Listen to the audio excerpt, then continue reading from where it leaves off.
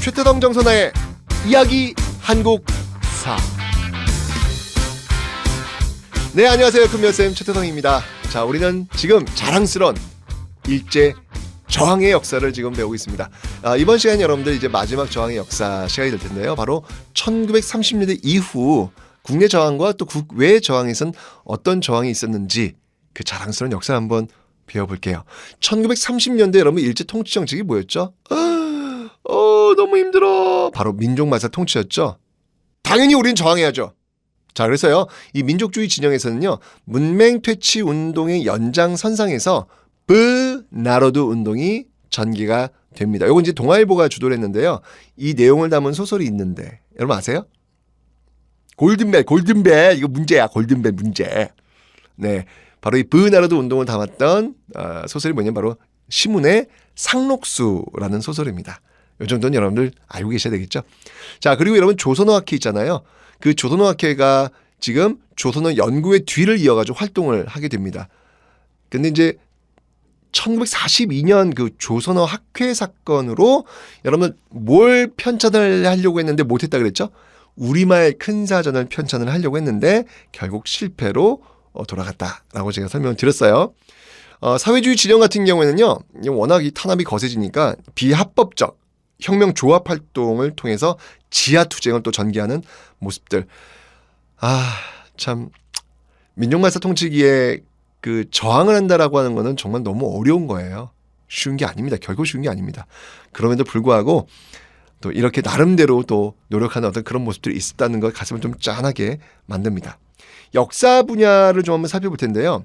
1920년대까지 그 민족주의 역사학 발달에 그 이바지했던 그 신채와 박은식의 뒤를 이어서 1930년대는요, 뭐 정인보, 안재홍 이런 사람들이 활동을 하는데, 제가 지금 말씀드렸던 뭐 박은식, 신채호, 정인보, 안재홍 이런 사람들의 역사를 뭐라고 하냐면 민족주의 역사학이라고 이야기를 해요. 굉장히 정신을 강조하는 모습 보이고 있는데요. 신채호 같은 경우에는 난가사상, 난가는 이제 화랑할 때 그 어떤 기백, 그런 걸 얘기하는 거예요. 난가사상. 박은식은 혼, 정인보는 얼을 강조를 하고 있습니다. 자, 근데 이런 민족주의 사학 말고요, 또 다른 사학이 있는데 그게 뭐냐면 사회경제사학이라는 게 있어요. 이 사회경제사학은 이 백남훈이라는 사람이 중심이 되는데요. 이쪽은 역사는 발전하는 법칙이 있다. 그것은 보편적 특징이다. 라고 얘기하는 거예요. 역사는 발전한다는 거예요. 이건 어디 사회, 어느 국가에서나 보편적으로 나타나고 있다는 것이죠. 그러니까 여러분 이건 뭐냐면 일제 식민사관 중에서 정체성론이라는 게 있어요. 우리나라 역사는 일본 고대사 수준에 머물러 있어. 너희들 굉장히 뒤떨어진 나라야.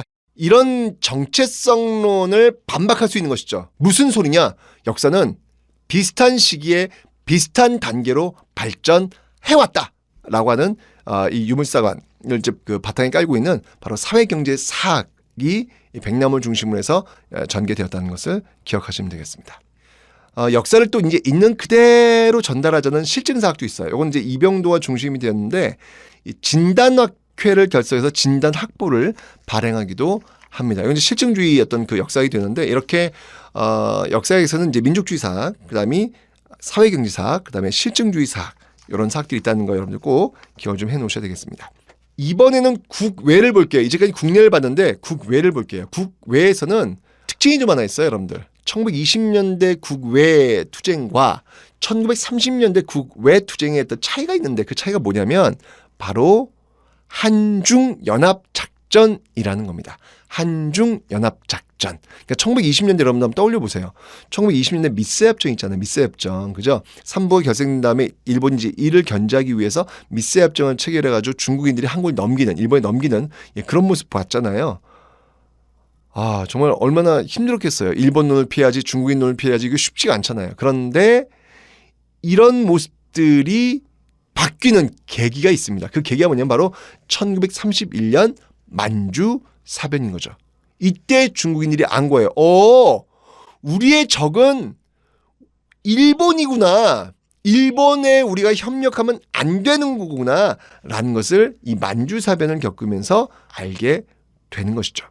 자, 만주 지역에서는요, 이 독립군이 1930년대 초반에 주로 활동을 합니다. 1920년대 어떤 그 항일 무장 투쟁의 역사를 쭉 이어가고 있는 건데 여러분 기억나요? 1920년대 혁신의회가 있었다는 거? 그죠?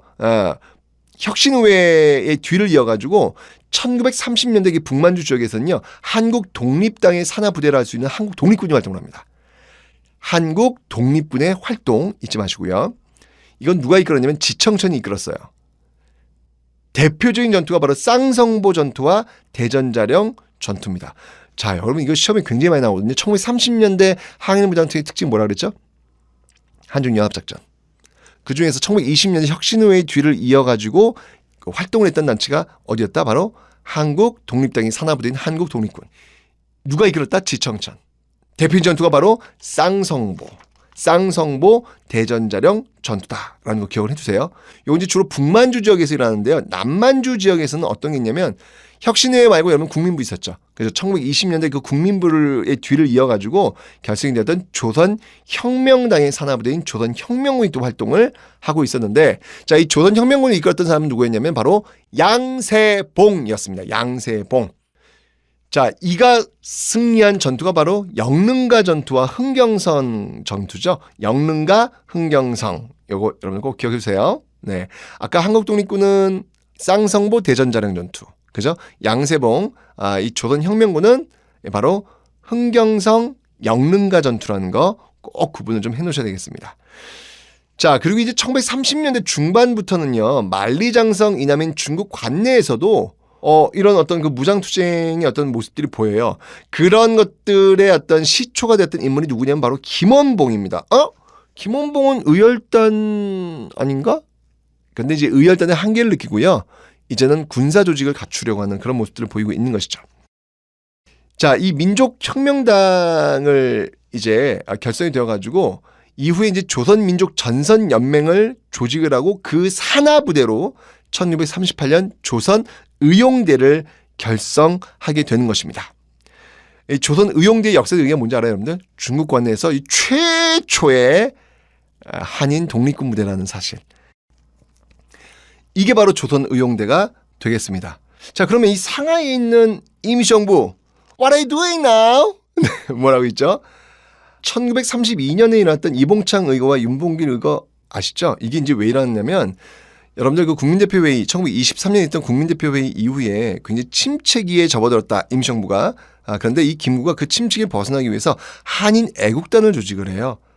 그래서 이봉창 의거, 윤봉길 의거가 일어난 건데 특히 이 윤봉길 의거는요 중국 국민당의 이 지원을 받게 됩니다. 굉장히 놀라운 그런 성과를 받게 되는데 어쨌건 이 중국도 이제 움직이니까 중국을 따라서 우리도 역시 마찬가지로 같이 움직여서 결국 상하이를 벗어나가지고요 1940년 충칭에 정착하게 되는 것이죠. 여기서 이제 한국 독립당과 한국 광복군을 결성을 하게 됩니다. 1941년에는요 건국 강령을 발표하고 대일선전포고도 단행을 하는 것이죠. 특히 이제 1942년에 말이죠. 김원봉 있잖아요. 김원봉. 그 김원봉의 조선의용대 일부가 합류를 하고요. 여기 합류하지 않은 조선의용대는 화북으로 이동을 해가지고 김두봉 그 주도의 그 조선의용군으로 개편이 되는 것입니다. 자, 이제 일본이 끝이 났습니다. 정말 일제 그 식민 지배정치에 맞서가지고 우리가 1910년대, 20년대, 30년대 어떻게 저항해 왔는지 그 저항의 역사를 여러분 정확히 기억해 놓으셔야 되겠습니다. 지금까지 김苗쌤 최태성이었습니다.